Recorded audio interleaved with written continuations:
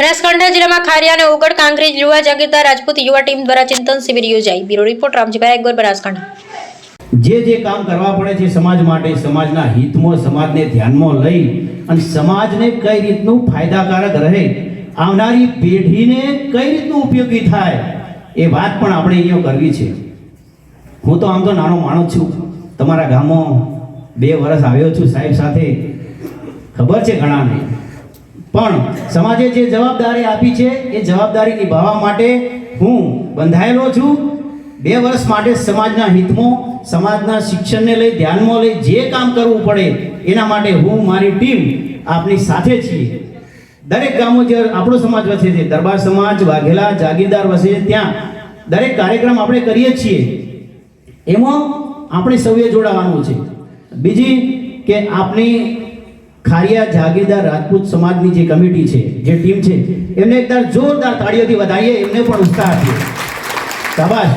કારણ કે એમને પણ હવે જવાબદારી આપવાની છે, એમને પણ કામ કરવાનું છે. પ્રમુખ શ્રી, મહામંત્રી શ્રી અને એમની કારોબારી ટીમને અહીંયા હું પણ કહેતો જાઉં છું કે તમે પણ આ શિક્ષણના, સમાજના હિતના કાર્યમાં જોડાજો. સમાજને સુધારવા માટે અન્ય વિવિધ સંગઠનો આપણી સાથે છે જ. એ દરેક સંગઠનો જોડાયેલા છે, વિવિધ સંગઠનો. મહાકાલ સેના કાર્ય કરી રહી છે. ભાઈ શ્રી શૈલેન્દ્રસિંહ વડાની અંદર ગૌશાળા એક જ વ્યક્તિ ચલાવી રહ્યા છે. એમણે પણ આપણે સમાજના હિતમાં, આપણા સમાજના ભાઈ તરીકે, આપણા બંધુ તરીકે આપણે એમને પણ સાથ સહકાર આપવાનો છે. આપણા ક્ષત્રિયો પ્રથમથી જ ગૌ ભક્ત હતા. ભાઈએ વાત કરી, આપણો સમાજ પ્રથમ ગૌ ભક્ત, ક્ષત્રિય એક જવાબદાર સમાજ હતો. એની સાથે આપણી જવાબદારીઓ છે એ નિભાવવાની છે. પણ ક્યાંક આપણી નાની મોટી સમાજની કહો કે સમાજના વ્યક્તિઓની કહો, ભૂલ ચૂકના કારણે હવે સમાજ ક્યાં જઈ રહ્યો છે એ જરા આપણે ઉપર નજર કરીને જોવાનું છે. સમાજ એટલે તમે બધા સમાજના એક સંગઠનમાં આવી જઈએ. સમાજ એટલે એક વ્યક્તિત્વ નહીં, પણ એક વ્યક્તિને અનેક વ્યક્તિઓ જ્યારે સમાજના જોડાય અને એક કરતાં વધુ એટલે 100 હોય, 1000 હોય કે 10,000, ત્યારે સમાજ આખો એક મજબૂત બને છે. એમાં વિવિધ સંગઠનો જોડાય, સમાજના વ્યક્તિઓ જોડાય, સામાજિક, રાજકીય મોભેદારો, વડીલો શ્રીઓ અને બાળકો, યુવાનો બધું જોડાય ત્યારે સમાજ ઊભો થાય. એક વ્યક્તિ આપણે બધા અહીંયા બેઠા હોય અને હું સામે હોય તો સમાજ ના કહેવાય. સમાજ એટલે એક કરતી વધુ જ્યારે આખું સંગઠન હોય, વધુ સંખ્યા હોય અને એ પણ શિક્ષિત બની, સમજદાર બની, માન સન્માન સાથે જીવવાવાળો સમાજ આપણે બધા એને સ્વીકારીએ છીએ. એ સમાજની વાત કરવી છે. ત્યારે હવે આજે વિવિધ સંગઠનો દ્વારા આપણે જે ગામે ગામ કાર્યક્રમ કરીએ છીએ, ત્યારે હમણાં વાત કરી કે 84-84ની અંદર જે મોટું સંમેલન થયું, એમાં પણ એ લોકોએ ઘણા નિર્ણયો લીધા. અહીંના આપણા વિસ્તારના કાંકરેજ ઓગળ તાલુકાના ઘણા વડીલો, યુવાનો હતા ત્યાં. એમને પણ સાંભળ્યું છે, જાણ્યું છે, એની પણ ચર્ચા કરશું. પણ હું જે જવાબદારી ફક્ત શિક્ષણની લઈને નીકળ્યો છું, ત્યારે વધુ વાત તો મારે શિક્ષણની કરવી છે. આપણા ગામની અંદર, એટલે કે તમારા ગામની અંદર, મારા ગામની અંદર, કાંકરેજ તાલુકાના જેટલા સમાજના, જે દરબાર સમાજના જ્યાં જ્યાં ગામડાઓ વસે છે, ત્યાં શિક્ષણનો વેગ વધે અને આવનારા સમયમાં શિક્ષણ થકી આ સમાજ મજબૂત થાય અને અન્ય સમાજની હરોળથી આગળ જાય અને શિક્ષણમાં પોતાનું પ્લેટફોર્મ ઊભું કરે. એના માટે શું કરી શકીએ? ત્યારે આ ટીમની એક જવાબદારી બની જાય છે કે શિક્ષણ માટે આપણે શું કરી શકીએ. આપણા બાળકોને પહેલા તો પોતાના વાલીઓની જવાબદારી છે કે પોતાના સંતાનોને, પોતાના દીકરા દીકરીઓને ભણાવવાની જવાબદારી આપણી છે. શિક્ષકો, ચાલો ગામની અંદર હાઈસ્કૂલ તો છે, શિક્ષકો છે, સ્ટાફ પણ છે, બધી સુવિધાઓ, વિવિધ અલગ પ્રકારની સુવિધાઓ આપે છે. પણ જ્યારે તમારું બાળક, માતા પિતા જાગૃત નહીં થાય, વાલીઓ જાગૃત નહીં થાય, ત્યાં સુધી શિક્ષણનો વેગ મને લાગતું નથી ને કે વધે. શિક્ષકો તો આવશે ને જાશે, ફેરબદલીઓ થતી રહેશે, પણ આ ગામના વાલીઓએ જાગવાનું છે, સમાજના વાલીઓએ, એમના માતા પિતાએ જાગવાનું છે, જેથી કરી તમારું સંતાન, તમારું બાળક બાલ મંદિરમાં જોડાય, ધોરણ 1ની અંદર પ્રવેશ મેળવે અભ્યાસ માટે. એના પછી 1 થી 8 અભ્યાસ કર્યા પછી 9, 10, 11, 12ની અંદર અલગ અલગ અભ્યાસની અંદર જોડાય. પણ ભણવા ખાતર નહીં, ભણી ગણીને આગળ વધે એના માટે કહું છું.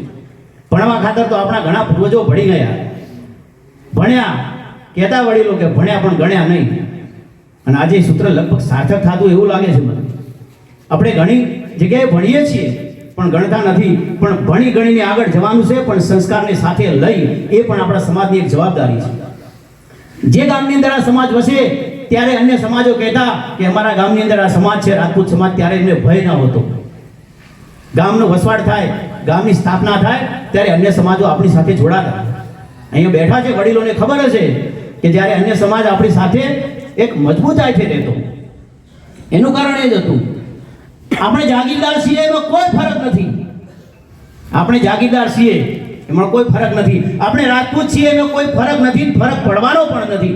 પણ આ રાજપૂત સમાજને, આ જાગીરદાર સમાજને મને એવું લાગે છે કે હવે જાગીરદાર સમાજને જાગૃત થવાની જરૂર છે. શિક્ષણમાં આ સમાજ જાગૃત હતો જ બાપુ, આમાં કોઈ ફેર નથી. આ સમાજની અંદર અન્ય સમાજો જોડાતા એટલે આપણા સમાજ સાથે એ રહીને જીવી શકતા. પણ હવે આ જાગીરદાર સમાજને, આ રાજપૂત સમાજને જાગૃત થવાનું છે. અને એના માટે મારી જવાબદારી છે 2 વર્ષની સમાજના પ્રમુખ તરીકે, અને સમાજને, જાગીરદાર સમાજને જાગૃત મારે શિક્ષણ થકી કરવાનો છે. અને એના માટે મારે જે કરવું પડે, ગામે ગામ જવું પડે છે, કાર્યક્રમ કરવા પડે છે, કમિટીઓ, ટીમો બનાવવી પડે છે. મંત્રી, મહામંત્રી અને પ્રમુખની નિમણૂક પણ કરી રહ્યા છે. તમને તો 2 હાથ જોડીને હું વિનંતી કરવા આવ્યો છું કે તમે તમારા દીકરા દીકરીઓને ભણાવજો, શિક્ષણમાં આગળ વધારજો. શિક્ષણ થકી એ પરિવારને ઉજળું કરશે, એમનું ભવિષ્ય એ શિક્ષણ થકી જ થશે. આપણે મહેનત કરશું, મજૂરી કરશું, પણ ક્યાં સુધી? સમય એવો આવશે કે કાયદો અને વ્યવસ્થા એટલી મજબૂત હશે કે આપણે ક્યાંય છટકવાની બારી નહીં રહે. એના માટે ફક્ત તમારા માટે, મારા માટે, આવનારી પેઢી માટે શિક્ષણ ખૂબ જરૂરી છે. અહીંયા બેઠા છે આપણા ગામના અંદર, તમારા ખારિયાની અંદર ઘણા શિક્ષિત છે, નોકરિયાત છે, સહકારી અને સરકારી ક્ષેત્ર સાથે જોડાયેલા છે. મારા મિત્રો પણ અહીંયા છે, એમને ખબર છે કે શિક્ષણ વગર કંઈ પણ આગળ વધારશે નહીં.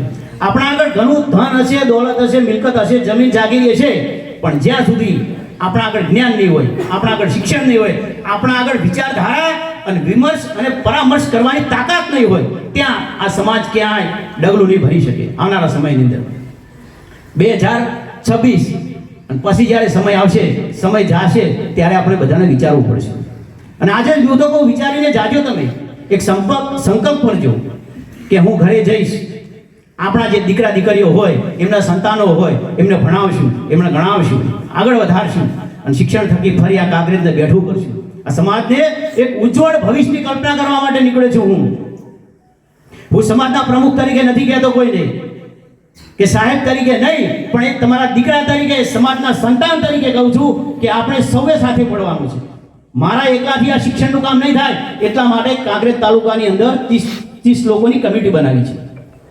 અને તમારા ગામની અંદર આજે જ આ ટીમની નિમણૂક આપી છે, એમને પણ એક જવાબદારી પૂર્વક કહું છું કે તમે પણ એક સમાજના હિતમાં કામ કરજો, શિક્ષણનું કામ કરજો, સમાજને સુધારવાનું કામ કરજો, જેથી કરી સમાજ એક નવી ઉન્નતિ અને ઉજ્જવળ ભવિષ્યની કલ્પના કરી શકે. જેથી કરી આવનારા આપણા સંતાનોને એક નવું પ્લેટફોર્મ, એક માળખું ઊભું થાય ગામનું, આ સમાજનું, અને એવા અન્ય વ્યવસાયથી જોડાય. પણ વ્યવસાય પણ કેવો કે દરબારને શોભે એવો, માન સન્માન સાથે શિક્ષણ થકી આગળ વધે, જેથી કરી આવનારી પેઢી કંઈક નવું કરી શકે. એના માટે આપણે જે પણ કામ કરવું પડે, ગામની અંદર ભાઈએ વાત કરી સરપંચજીએ કે ગામની અંદર પોતાનું ગ્રાઉન્ડ બનાવ્યું છે, બાળકો માટે પુસ્તકોની વ્યવસ્થા પણ કરવાની છે. શિક્ષણ માટે જે પણ કાર્ય કરવું પડે